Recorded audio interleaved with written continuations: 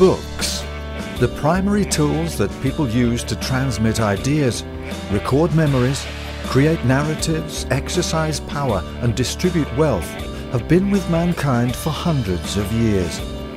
Books have passed from generation to generation, from wood tablets, clay tablets, wax tablets, to papyrus, codex and scrolls, and finally to paper and the dominance of the printing press. Today, books come in a new format, known as the electronic book or e-book. The moment of crossover has now arrived. It's another moment of digital revolution. How will book readers and people involved in the book trade respond to this change? Will paper books be swept away by digital media in 10 years' time, as has happened to physical formats in the music industry before it? We have an opportunity to talk to two bookworms who have been reading for all their lives. Gina vows never to change her medium. Yes, I've heard about Kindle. Not that impressed. Lorna has been using Kindle for the last 4 months. Before I went on holiday to Australia, I could load all the books onto the Kindle, not have to carry 10 books in my suitcase. I think they're interesting, but Kindles and e-readers, personally I wouldn't want to use them.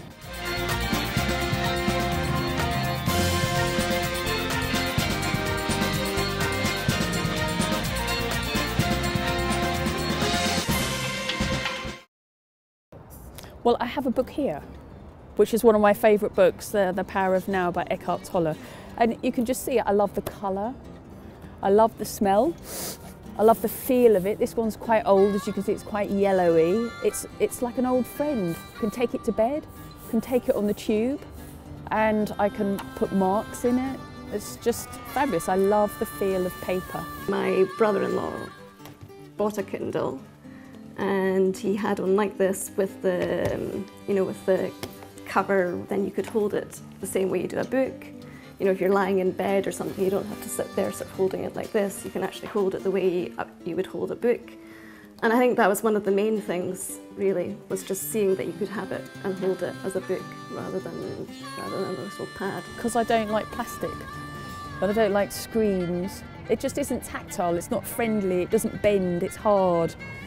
But yeah, I do. I take it everywhere with me. I can't ever imagine myself sitting in my flat, really like, oh, I'm going to cosy up with a nice hot chocolate and a Kindle. No.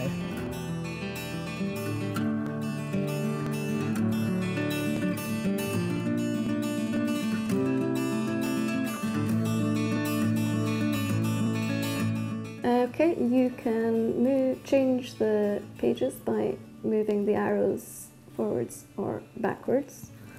I don't want to just be holding plastic and just moving a screen like that.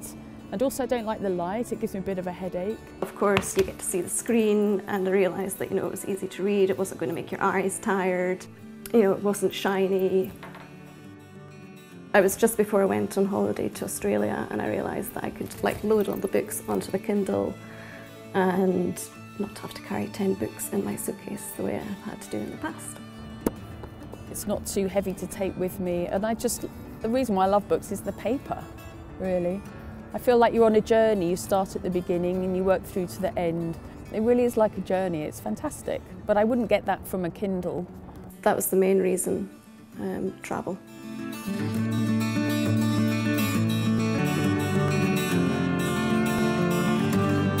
I do a lot of cooking.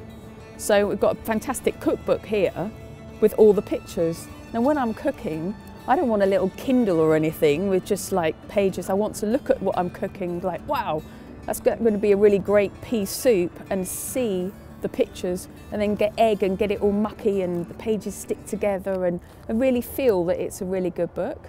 I can't imagine anyone wanting to use a Kindle while they're cooking. It's just not the same, no.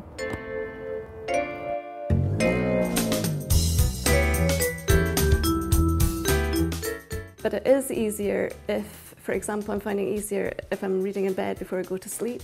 It's actually easier to have the Kindle rather than a paperback. It's actually the Kindle's better in a lot of situations. In September 2010, Amazon released figures showing that for the first time, e-books outsold paperbacks in the United States. In 2010, Amazon itself sold 8 million Kindles. And this does not include other brands of e-readers such as Sony e-readers, Barnes & Noble Nook readers, Alex e-readers and iPads, which compete in the same market. It's a bit of a shame actually in a way if people are going to start buying more e-books than paperbacks. I'm amazed that they're so popular, but you can see why, because they're so convenient. And you don't have to store them, you don't need, storage space like I have, you don't need bookcases.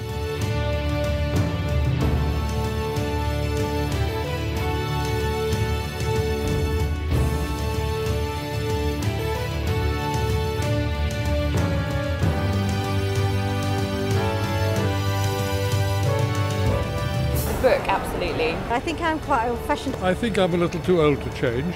I'd like to try one though. I actually do want a Kindle. I've had a Kindle for as soon as it came out. They're going to become more and more common. The information is still there, it's more convenient, it's cheaper.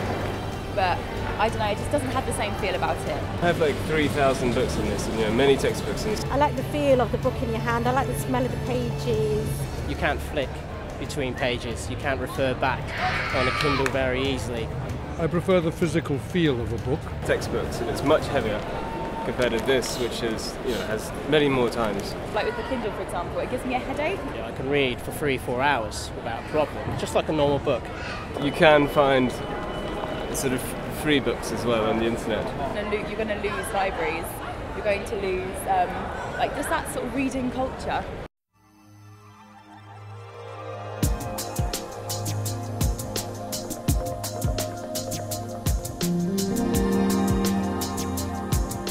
I would guess, I was a person that used to buy 2 newspapers a day, and I don't buy any anymore. I read everything online. So I would guess that the tangible publishing of new books is going to decrease quite dramatically. And I think, the amount of new bookshops, meaning bookshops that sell new books, will decrease dramatically. I don't think it's it's the way of the world, isn't it? I think secondhand bookshops will always survive because there'll be kind of a novelty aspect to them, but not on the level that they exist now. Although some continue to buy paper books rather than e-books, it cannot be denied that people buy fewer books in bookshops nowadays. Many people check out books on the shelves and then go online to search for a better deal. As a result, many independent bookshops have closed down, and Borders, one of the biggest bookshops in the UK, has already collapsed. Waterstones is having a tough time, and if e-books flood the market, are bookshops going to survive?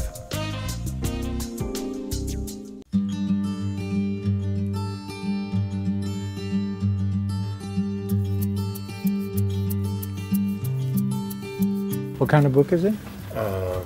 It's a book about George Jackson, Black Panther. Okay. Okay, no, I know the book, sorry.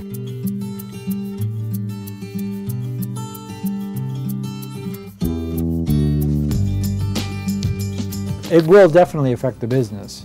How much and when is the big question. I wouldn't be able to predict that, but I think eventually it will affect it. So, I can't imagine it having a positive outcome, only a negative one. I really hope other bookshops don't close down. It'd be really sad, because for a lot of people they're a social kind of hub, especially the bookshops that sell coffee. And little independent bookshops are just great to go into. They're just part of the local scene. So I really hope that they don't close down, but they're going to have to really think how they can get people to stay. I sell food and drink, that's one way to get them to stay, and then have more book readings, music evenings or something, I don't know. They're going to have to really think about it, but it's going to be tough for them. The result of the digital book revolution is more and more people using e-readers. This can be seen in public places where users are happy with this gadget and the convenience it provides. Are e-books going to replace paper books in 10 years' time? I don't think a Kindle or an e-book is going to take over a hardback or a paperback. I feel that they should go hand in hand. I think definitely, yeah, it will. E-readers and electronic books would definitely take over than conventional books, definitely. Replace, I wouldn't say exclusively, no. I think people will always, people still write letters, don't they? Maybe eventually, 50, 60 years' time, when we've all got used to it, and maybe it will happen, but definitely not in 10 years. I could be wrong. I think definitely by 2020. Will survive, but kind of in another vein. Oh, it's pretty sad now you said that. The question is not will there be change, but when. And when the time arrives, there may no longer be bookshops, and libraries may look very different. Many jobs will be lost, and a smaller number of new high-tech jobs created. It remains to be seen whether the impacts of this digital revolution will be positive or negative overall. However, one thing is for certain: the digital revolution is happening, and the change it brings is inevitable.